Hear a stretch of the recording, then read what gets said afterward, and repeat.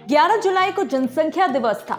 आजादी के बाद से कई सरकारें आई और चली गई, लेकिन देश की बढ़ती पॉपुलेशन को लेकर किसी ने ना सोचा और ना ही आवाज उठाई और ना ही इस पर कोई कानून बना जिससे कि देश की बढ़ती आबादी पर रोक लग सके। जनसंख्या दिवस के दिन के बाद से ही जनसंख्या को लेकर देश में बड़ी बहस छिड़ गई। दरअसल जनसंख्या दिवस के दिन उत्तर प्रदेश के मुख्यमंत्री ने तेजी से बढ़ रही जनसंख्या को लेकर विशेष समुदाय को जिम्मेदार ठहराया। एक कार्यक्रम को संबोधित कर रहे सीएम योगी ने कहा कि किसी एक वर्ग की लगातार बढ़ रही जनसंख्या चिंता का विषय है। कहीं ऐसा ना हो कि किसी एक वर्ग की बढ़ती जनसंख्या की रफ्तार इतनी ज्यादा हो कि इससे आगे जाकर धार्मिक जनसंख्यांकिकी पर असर पड़ता है। सीएम योगी ने जब किसी एक वर्ग को लेकर सवाल उठाए तो लोग इसे मुस्लिम समुदाय से जोड़ने लगे। वहीं आरएसएस प्रमुख मोहन भागवत ने जनसंख्या पर चिंता जताते हुए जानवरों का उदाहरण देकर जबरदस्त कटाक्ष किया है। इसके बाद पूरे देश में जनसंख्या नियंत्रण को लेकर बहस छिड़ गई है। मोहन भागवत ने कहा कि सिर्फ जिंदा रहना ही मनुष्य की जिंदगी का उद्देश्य नहीं होना चाहिए। मनुष्य के कई कर्तव्य होते हैं जिनका निर्वहन उन्हें समय समय पर करते रहना चाहिए। सिर्फ खाना और आबादी बढ़ाना ये काम तो जानवर भी करते हैं। मनुष्य के पास अगर बुद्धि नहीं होती तो वो पृथ्वी पर सबसे कमजोर प्राणी होता। जो ताकतवर है वो जीवन जी लेगा।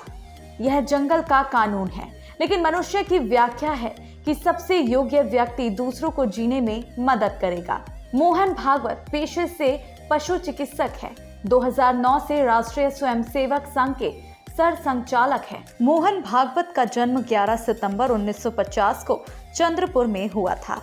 पिता मधुकर राव भागवत चंद्रपुर क्षेत्र के संघ प्रमुख थे। मोहन भागवत ने अकोला से पशु चिकित्सा में पढ़ाई पूरी की थी। 1975 में इमरजेंसी के दौरान भागवत पशु चिकित्सक का काम छोड़कर पूर्णकालिक स्वयंसेवक बन गए थे। इसके बाद वह नागपुर और विदर्भ क्षेत्र के प्रचारक भी रहे। 1991 में वे आरएसएस के शारीरिक प्रशिक्षण कार्यक्रम के अखिल भारतीय प्रमुख बने और 21 मार्च 2009 को केएस सुदर्शन की जगह सरसंघ चालक चुने गए। भागवत को सबसे कम उम्र में सरसंघ चालक बनने का सम्मान हासिल हुआ।